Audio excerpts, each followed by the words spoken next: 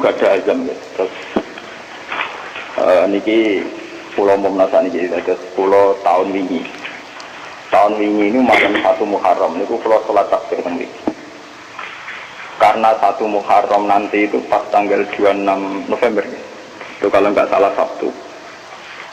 Itu pulau teng Pasuruan, terus pulau wingi 3 bulan yang lalu ini wonten rombongan di samping Pasuruan itu dulu santrinya bapak, ya wongnya umurnya bapak sekitar umur 60-50. Itu karena dulu dibina bapak ngaji Quran, terus karena saya warisnya, mereka minta saya 1 Muharram mulai buka ngaji teng mriku. Mereka minta misalnya 1 tahun sekali tidak apa-apa. Bahkan ngerti nak kalau sibuk, mau aku seumur pisan nak kok enak sih. Ya, ini aku kalau turut dia, sih aku tak turut dia. Kalau seumur pisan, enak sih. Tapi nanti kalau mengke kalau tetap sholat tasbih terus mangke jenengan jamaah biasa kan biasanya. Terus nanti yang buat negara wajib teng dalam mangke kalau sholat tasbih teng mriki kalau pimpin. Kalau kepengen hubungannya kalau baik jenengan hubungan sujud dengan Allah Subhanahu wa Ta'ala. Memang hubungan sujud itu dimulai lewat ilmu, lewat nopo. Kayak saya ngaji tafsir. Karena ilmu saya yang paling original saat ngaji tafsir. Apapun hebatnya kados hikam, hayatus sahabat atau kitab-kitab yang saya baca sore, itu kehebatan yang terbatas sehingga mudah kita paham. Jadi kadang orang-orang itu salah paham.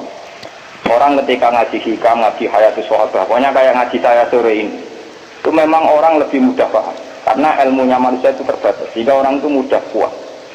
Tapi sebetulnya yang hakikat ilmu itu ya di Quran itu. Meskipun kadang kita tidak paham, tidak karpe, tapi itu hakikatul ilmi. Semua ilmu ya ada di Nabi.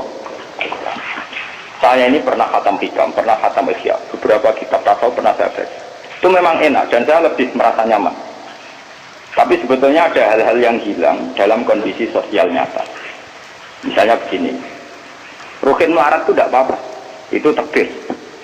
Orang roh kota, orang roh rumah sakit, gak roh nomor telepon rumah sakit itu tidak apa-apa, itu takdir. Takdir wong khusuk, wong melarat itu orang roh. Kayak ada apa-apa, ini normal-normal saja. Tapi sifat khusuk ini akan hilang saat ibunya sakit atau istrinya sakit. Ngeteroni rumah sakit ora di duit. Dia tulung koncone ora dipercaya, tekan alamat rumah sakit ora roh tilpune. Ya, nanti status khusuk jadi haso. Wong ora darani khusuk tapi nopo? Haso. Paham nopo? Makanya santri-santri yang ngaji kula tak provokasi.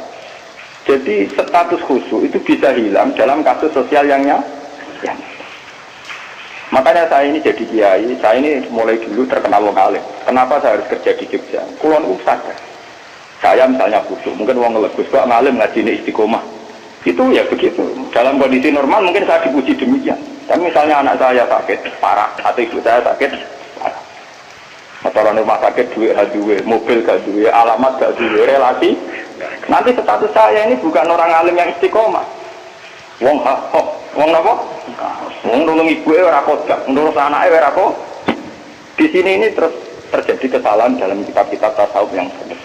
Makanya saya mohon yang senang saya, ngaji saya paling inti tetap di Quran. Meskipun Quran itu kadang ada pornografi, cara Gus Dur yen ana pornografi. Itu hal yang nyata. Orang tasawuf itu malu membicarakan pornografi. Tapi kalau Quran biasa saja. Jadi misalnya di Quran itu ada ayat nisaukum hatulakum fatu hatakum annasib. Bojomu itu tanduran. Kowe nak carane jima, carane ngumpuli nganggo cara paling liar tak karepmu terserah. Itu ya nyata. Karena Allah iso ngilani. Wong lanang sak soleh-soleh tetap duwe nafsu dan jalan menghilangkan nafsu itu libidonya dia harus ditumpahkan. Dan itu yang halal adalah nopo bu. Artinya itu tetap harus dibicarakan. Piye wae sing iso ngekang zina adalah bu tetap dibicarakan. Daripada kowe wiridan sawangane yang pangeran jebule ambek nahan nafsu, paham ya? Terus akhirnya bangun nahan nafsu puncak wiridan Gusti nang mati nang swarga kula tak nang ngeloni bidadari dari pangeran. Lho gak kangen aku jebule. Kangen apa? Bidadari oleh kurang ngajar. Artinya ternyata di balik kekhususan dia ada pornografi yang tersimpan. Atau jujur be pangeran dari awal ngeloni bu.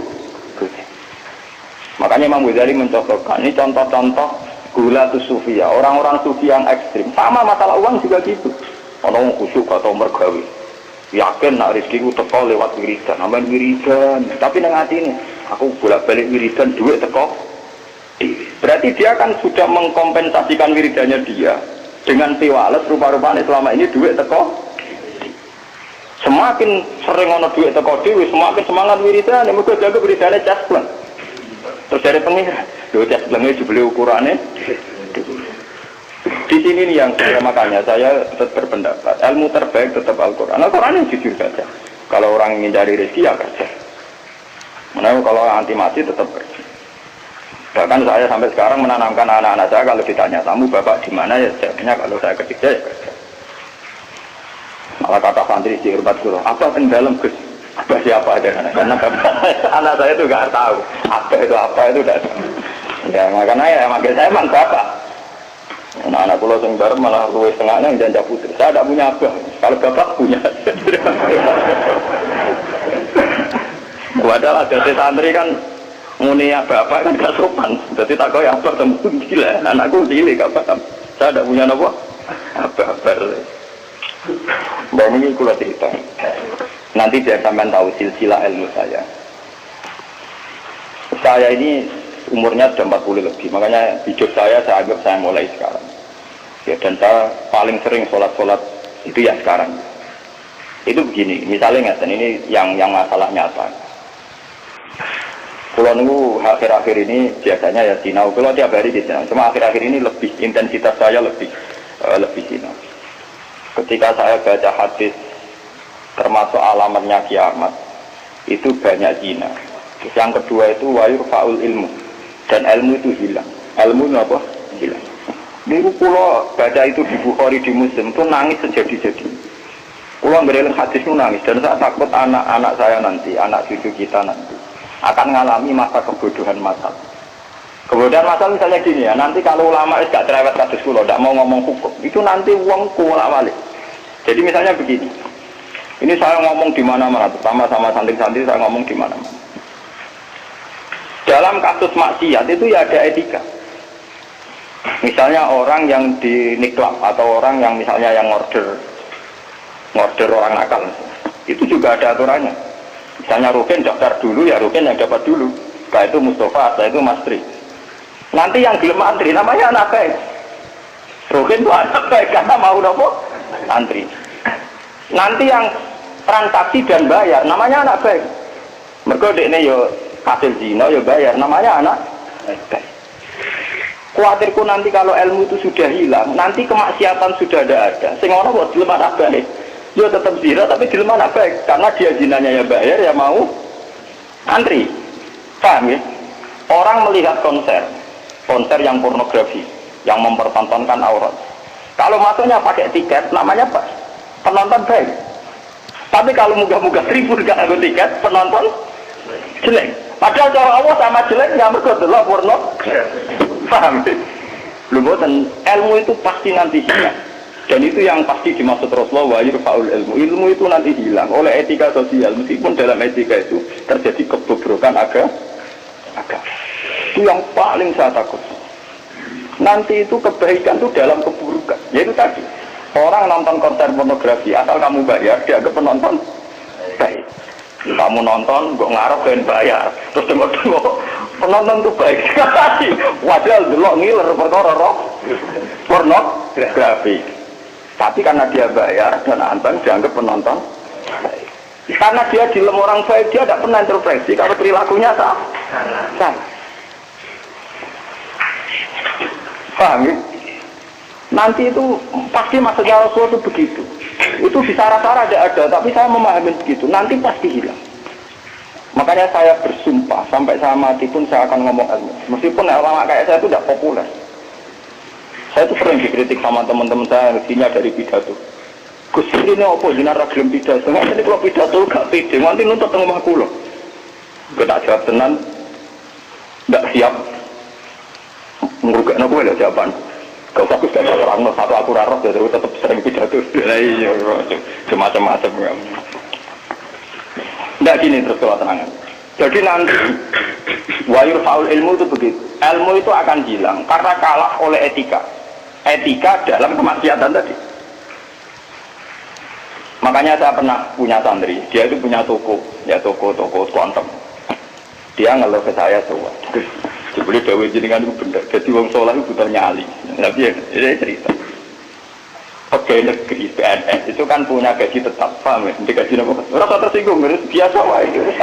Tanggap aja ngomong ngarepe pangeran kowe tak itu. Untuk lagi apa modal lapor. Itu ya Pak. Yang satu murah. Dia itu punya toko kok. Ya itu pegawai PNS karena bulan gaji tak gue aja sih. Lah itu lah. Wongnya rokan Gus, cara teori santri yo. Buka aurat jenenge ro. Tapi tak belajar aku bayar. Jadi tak anggap pembeli yang baik. Belajar toyo rokan kawasan ketat tapi pembeli yang baik. Mergo mbak. Kalau ditonton soleh berdina di musola di masjid tapi tak belajar. Nah ada sih nyulayani kan. Pembeli yang tidak. Ulang kan saya proses. Uang itu gua masuk mbak wong soleh. Jadi kalau si wong soleh mantel loh. Saya ngomong rapati soleh nyeneng no, maksudnya rapati soleh perkara auratnya lho, perkara PNS lho, perkara apa? Auratnya itu gak salah paham masih protes PNS jadi aku podo ke pengurus masjid dia sumbangan wong sing terkenal korupsi atau terindikasi korupsi nyumbang 10 juta yang tukang etika 10.000 gegere gak karuan. Akhirnya pengurus masjid terbiasa nganggap itu orang baik. Mereka nyumbang 10 juta. Yang tukang itikaf nyumbang, itu ya termasuk ilmu hilang, paham? Nanti itu zaman ngono iku.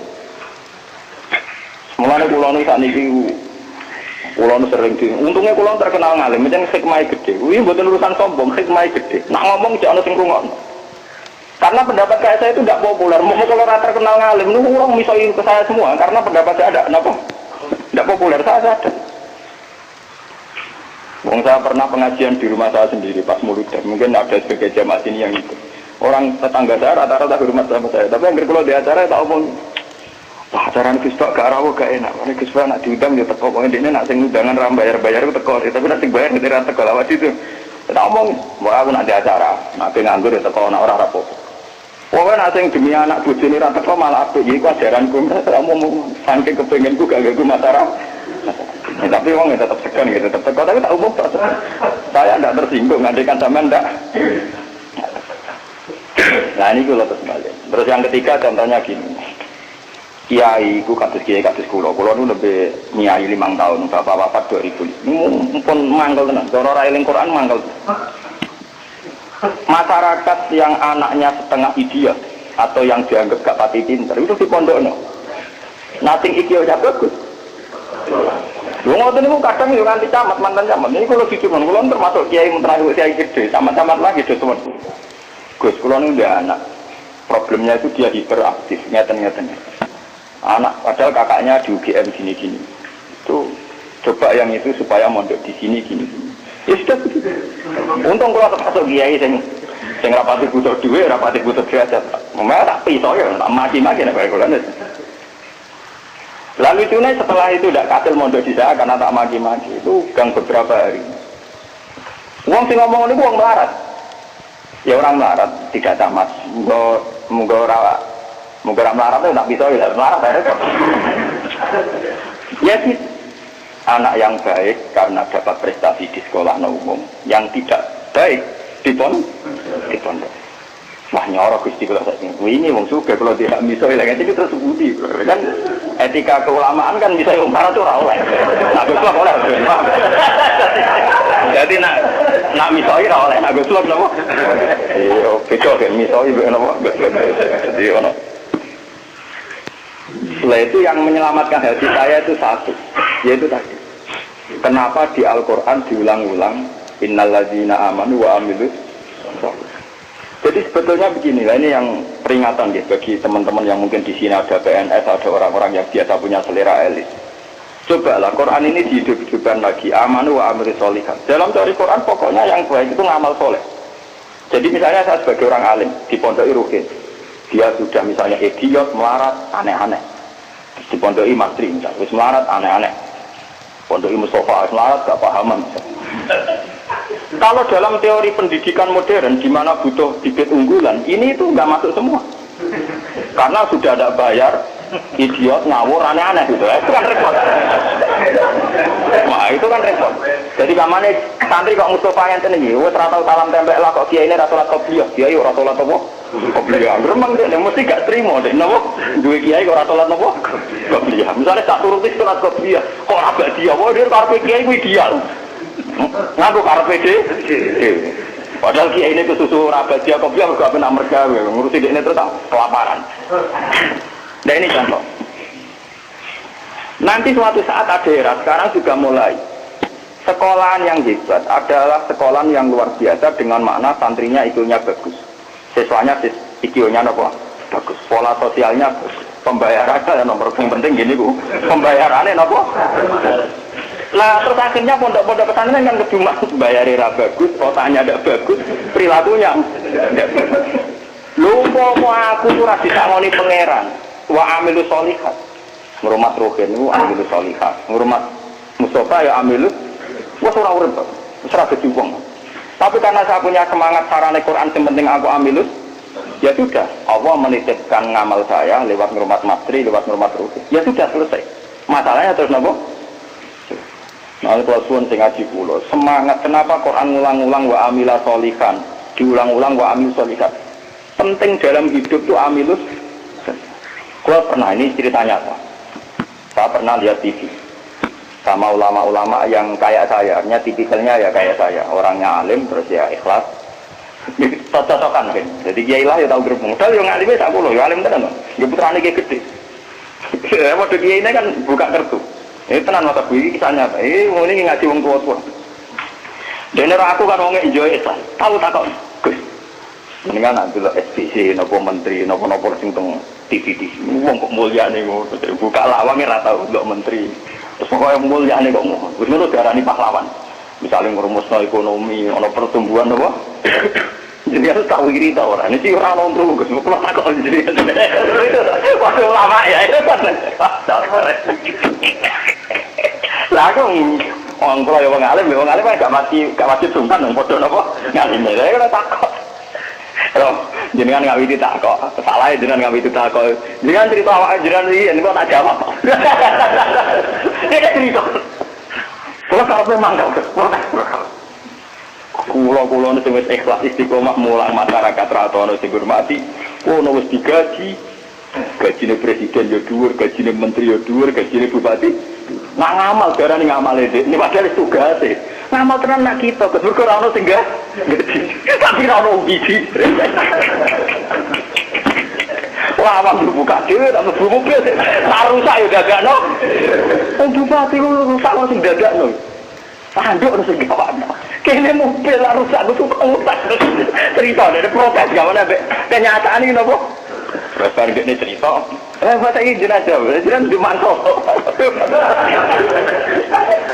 Karena latar belakang saya kan kiai Quran, saya tuh tidak pernah punya perasaan cemburu dia.